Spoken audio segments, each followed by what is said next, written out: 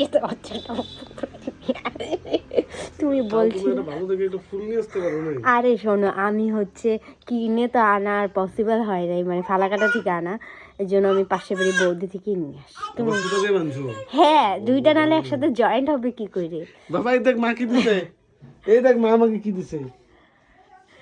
দেখছিস কি দিছে হ্যাপি 6th অ্যানিভার্সারি সত্যি রে মো